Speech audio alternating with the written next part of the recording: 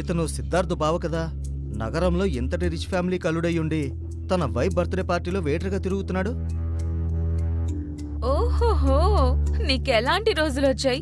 Well done. ఓ చూడు అతని దుస్థితి. శభాష్, తన వైఫ్ కు గిఫ్ట్ ఇవ్వడానికి ఓవర్ టైం చేస్తున్నట్టున్నాడు. ఓ బ్రదర్, ఇప్పుడే చూపిస్తా మీకు అసలైన మజా ఏంటో. Waiter, yes sir. ఇట్రా.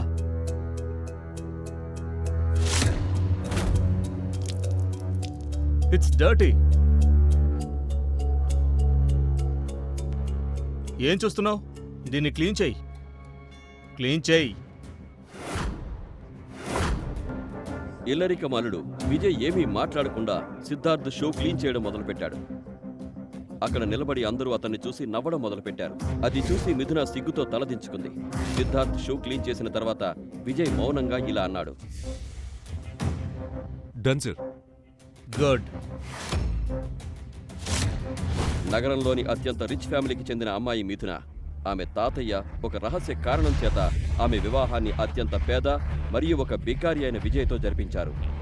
మిథున పెళ్లి చేసుకుంది. కానీ అత్తమామల ఇంట్లో ఇలరికం ఉండే విజయ్ గౌరవం ఇంటి పని వాళ్ళకంటే దారుణంగా ఉండేది.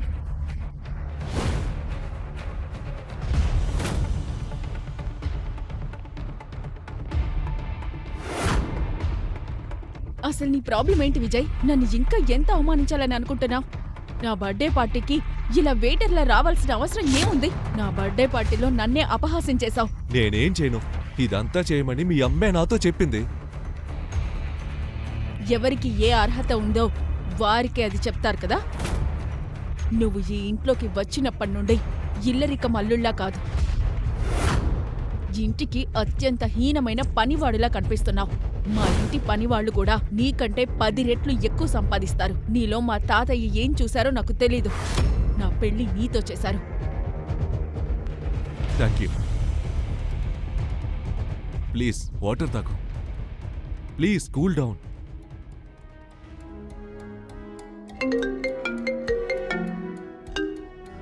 ఇదంతా జరుగుతుండగా విజయ్ ఫోన్కి ఒక కాల్ వచ్చింది. ఈ కష్టాల మధ్య కూడా అతని ముఖంలో ఒక ప్రశాంతత కనిపించింది. అతను తెలివిగా మిథునను సముదాయించి ఎటువంటి గందరగోళం లేకుండా ఆ పార్టీ నుండి వెళ్ళిపోయాడు. విజయ్ కొత్తగా ప్రవర్తించడం చూసిన మిథున షాక్ అయింది. అతను నేరుగా నైట్ ఇంటికి తిరిగొచ్చి మిథున బెడ్రూమ్లోకి వెళ్ళాడు. నీకు సిగ్గులేదా? నేరుగా రూమ్లోకి వచ్చేస్తావా? You idiot! ఇక్కడ నుండి వెళ్ళిపో. నేను నీ భర్తనే కదా, నాకెందుకు సిగ్గు? అందరికీ డ్రింక్స్ ఇస్తూ నువ్వు కూడా 1-2 తాగావా ఏంటి?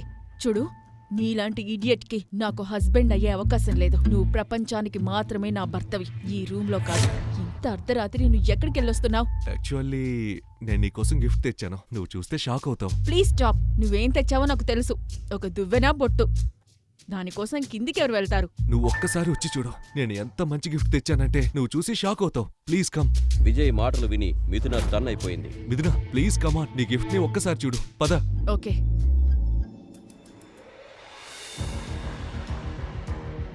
విజయ్ మిథున చేయి పట్టుకొని ఆమెను తన గిఫ్ట్ వైపు తీసుకువెళ్లాడు. మిథున విజయ్ తెచ్చిన గిఫ్ట్ను చూడగానే షాక్ అయిపోయింది. చీకటి వెలుగులో మెరుస్తున్న లగ్జరీ కారును చూసి ఆమె ఒక్క క్షణం తన కళ్ళను నమ్మలేకపోయింది. ఇది ఇంపార్టెంట్ కార్ కదా. ఈ కారు ఇండియాలోనే కొద్దిమంది రిచ్ పర్సన్స్ దగ్గర మాత్రమే ఉందని నేను విన్నాను. దీని కాస్ట్ 50 కోట్లు. నేను నిన్ననే న్యూస్లో విన్నాను. విజయ్, నువ్వు ఎవరినైనా మోసం చేశావా? లేదా మన కంపెనీలో ఫైనాన్షియల్ స్కామ్ చేశావా? నిజం చెప్పు విజయ్. విజయ్ నిజంగా దొంగతనం చేశాడా లేదా నిజం ఇంకేమైనా ఉందా? విజయ్కు ఎవరు కాల్ చేశారు? ఇదే విజయ్ అసలు నిజం. కానీ ప్రస్తుతానికి మిథునకు ఇదంతా చెప్పలేదు. వెల్, యాక్చువల్లీ నేను ఈ కార్ను నా ఫ్రెండ్ నుండి అప్పుగా అడిగాను. ఈరోజు నీ బర్త్డే కదా, నీకోసం ఇదైనా చేయాలని అనిపించింది. నీకు ఓకే అయితే మనమిద్దరం డ్రైవ్కి వెళ్దామా? Driver my foot. నువ్వు ఇంతగా దిగజారావా విజయ్? ఇంతకు ముందు నువ్వు 50 రూపాయలు పెట్టి గిఫ్ట్ తెచ్చినా నీ సొంత డబ్బుతో తెచ్చేవాడివి. ఇంత ఖరీదైన కార్ను నీకెవరు అప్పిస్తారు? ప్లీజ్, నువ్వు ఈ కార్ ఎక్కడి నుంచి తెచ్చావో అక్కడే తిరిగి ఇచ్చేసిరా. ఇదే మిథునను అవమానించడానికి సరైన అవకాశం. ఈ అవకాశాన్ని నేను వదులుకోను. నేను విజయ్ లాగా కాదు. నిజానికి మిథున పెళ్లి జరిగిన కొద్ది రోజులకే ఆమె తాతయ్య చనిపోయారు. ఆ తర్వాత వజ్రపాటి కుటుంబానికి అధిపతి ఆమె బామ్మ గాయత్రీదేవి. బామ్మ విజయను తన వజ్రపాటి కుటుంబానికి ఒక మచ్చగా భావించేది. అతన్ని పెళ్లి చేసుకున్నందుకు మిథునని కూడా చాలా ద్వేషించేది. అందుకే సిద్ధార్థ్, శృతి దాన్ని అడ్వాంటేజ్గా వాడుకోవాలనుకున్నారు. రేపు ఫ్యామిలీ మెంబర్స్ అందరి ముందు మిథున గౌరవం మంటగలిసిపోతుంది. చాలా సరదాగా ఉంటుంది.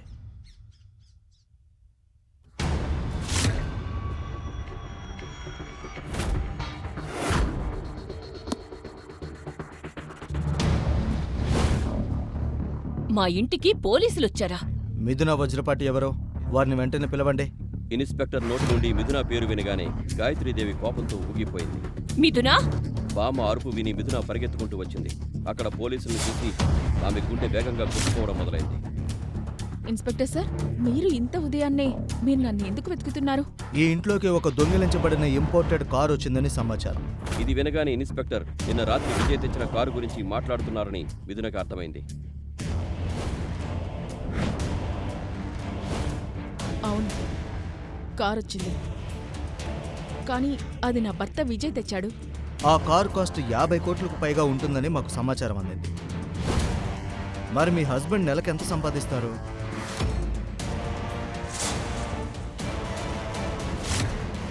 ఆ పనికి మాలిన ఇల్లరికం అల్లుడు దొంగతనం కూడా చేయటం మొదలుపెట్టాడా? మీ వైఫ్ అండ్ హస్బెండ్ కలిసి వజ్రపాటి కుటుంబానికి కళంకం తెచ్చారు. ఇన్స్పెక్టర్, ఈమె హస్బెండ్ చదువుకోలేదు, ఏమీ చెయ్యడు. మరి అలాంటి నిరుద్యోగి ఒక బికారీ చదువుకోని వ్యక్తికి 50 కోట్ల కారు ఎక్కడి నుండి వచ్చింది? అతను తన ఫ్రెండ్ నుండి అప్పుగా అడిగాడు. అప్పుగానా? ఆ పనికి మాలిన వాడికి అంత అప్పు ఇచ్చే ఫ్రెండ్ ఎవరు? 50 కోట్ల రూపాయల కారు ఉన్న ఫ్రెండా? ఒకవేళ ఉన్నా కూడా అంత ఖరీదైన కారుని ఎవరు కూడా ఎవరికి అప్పు ఇవ్వగలరు? అయితే 50 కోట్ల రూపాయల కారుని ఒక బికారికి అప్పుగా ఇచ్చిన ఆ రిచ్ పర్సన్ పేరు చెప్పు. నాయనమ్మ మాట వినగానే మిథున కాళ్ల కింద భూమి కంపించినట్లయింది. విజయ్ ఖచ్చితంగా ఏదో తప్పు చేశాడని ఆమెకు అర్థమైంది. మిథున ఈ రోజు వరకు అంత అవమానంగా ఎప్పుడూ ఫీల్ అవ్వలేదు. అతని ఫ్రెండ్ పేరు నాకు తెలియదు. అయితే వెళ్ళి మీ హస్బెండ్ని పిలవండి. వెళ్ళి అతన్ని వెతికి తీసుకురండి.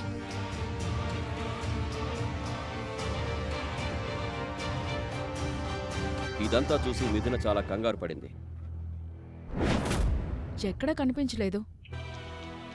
ఇన్స్పెక్టర్ సార్, నాకు తెలిసి ఈ భార్యాభర్తలు ఇద్దరూ కలిసి దొంగతనం చేసుంటారు. వజ్రపాటి కుటుంబానికి ఈ అమ్మాయి ఒక కళంకం.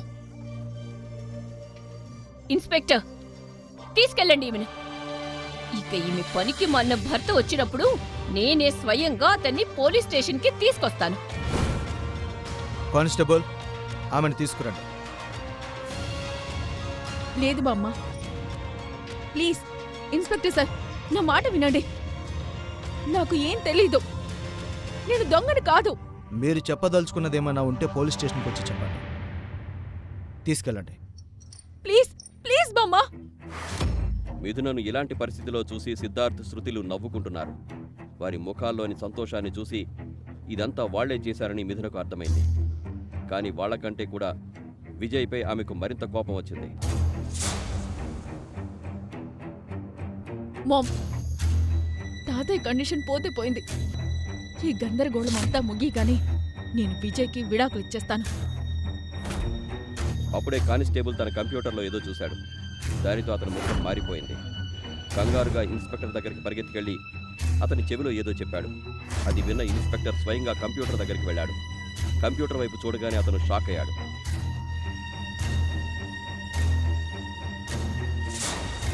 అరే, పని అయిపోయింది. ఇది రాయల్ కుటుంబం కారు. త్వరగా పెద్దసారికి విషయం చెప్పండి. వెళ్ళండి.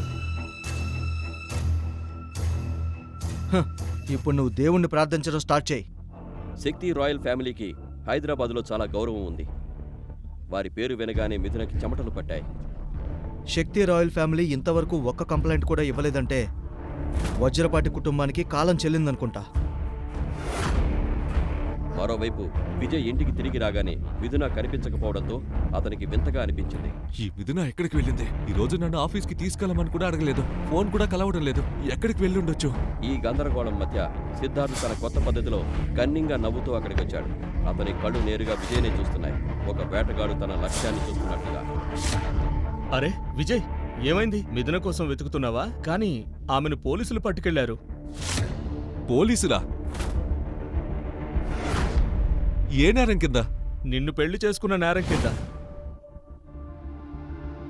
పాపం మిథున. నిజం చెప్పు, ఏ నేరం కింద?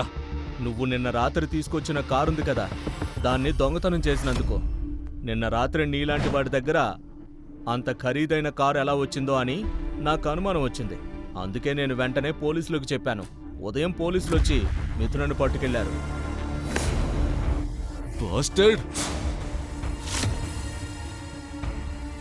నువ్వు చేసిందేం బాలేదు. మీరంతా నన్ను చిన్న చూపు చూసినా నేనేం అనలేదు, కానీ నా వైఫ్ జోలికి వస్తే నేను ఊరుకోను. ఇప్పుడు నువ్వు చూడు, వజ్రపాటి ఫ్యామిలీని ఏం చేస్తాను. ఓయ్ దొంగ,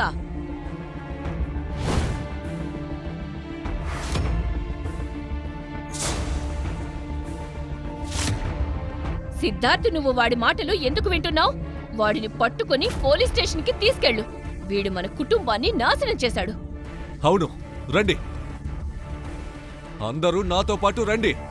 మిథునకి ఇలా చేసి మీరు ఎంత తప్పు చేశారో మీకు కూడా అర్థం కావాలి. సిద్ధార్థ్ శృతిని వెంట పెట్టుకుని గాయత్రీదేవి పోలీస్ స్టేషన్కి బయలుదేరింది. ఎక్కడైతే అసలు నిజం, ఎవరు కుట్ర చేశారనే రెండు విషయాలు ఎదురు చూస్తున్నాయో అక్కడికి. చూప్ చూప్. అరే బాబోయ్, వెంటనే పరిగెత్తు. మేడంను వదిలిపెట్టు. అయ్యో భగవంతుడా, ఆ అన్నా చెల్లెళ్ళు ఆ ముసలమ్మ మాటలు విని ఎంత పెద్ద తప్పు చేశావు. అరే సీఎం సార్ ఫోన్ చేశారు. మిథున మేడం అరెస్టుతో మొత్తం పోలీస్ స్టేషన్లు సస్పెండ్ చేశారు. మిథున మేడం ప్లీజ్ మమ్మల్ని క్షమించండి మేడం, ప్లీజ్. సీఎం సార్తో చెప్పి మా ఉద్యోగాలను కాపాడండి, లేకపోతే మా కుటుంబాలు రోడ్డును పడతాయి. మేడం ప్లీజ్ మేడం, క్షమించండి మేడం. ఇన్స్పెక్టర్ సార్, నేను ఎలా చేయగలను? నాకు సీఎం సార్ ఎవరో కూడా తెలీదు. లేదు మేడం, బహుశా మీరు తెలియకపోవచ్చు, కానీ మీ హస్బెండ్కి తెలుసు. సీఎం గారి స్వయంగా చెప్పారు ఈరోజు ఆయన ఈ స్థాయిలో ఉండడానికి కారణం కేవలం మీ హస్బెండ్ వల్లనే అని. మేడం నేను చాలా పెద్ద తప్పు చేశాను, ప్లీజ్ క్షమించండి. నన్ను నేను కుట్టుకుంటా, క్షమించండి మేడం, క్షమించండి. ఇదంతా జరుగుతుండగానే సిద్ధార్థ్ విజయ్తో పాటు పోలీస్ స్టేషన్కి వచ్చాడు. వారి వెంట గాయత్రీదేవి కూడా ఉంది. ఏంటిదంతా? అరే ఇన్స్పెక్టర్, నేను దొంగల్లుడిని పట్టుకొచ్చాను, చూడండి. ఇన్స్పెక్టర్ చూపు విజయ్ వైపు పడగానే అతను ఆశ్చర్యపోయి విజయ్ ముందుకెళ్లి కాళ్లపై పడ్డాడు.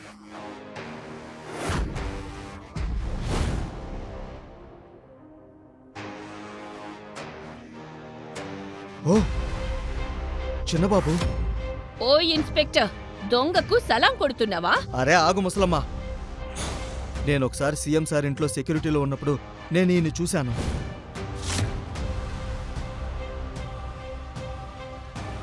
ఆ తర్వాత ఇన్స్పెక్టర్ విజయ్ గురించి చెప్పిన మాట విని అక్కడ ఉన్న వారందరికీ మతిపోయినంత పడింది. విజయ్ అసలు నిజం వినగానే మొత్తం పోలీస్ స్టేషన్ మారిపోయింది. క్షణంలో ఎక్కడ తుపాకీ శబ్దాలు వినిపించేవో అక్కడ అందరూ అతని ముందు మోకాళ్లపై కూర్చున్నారు.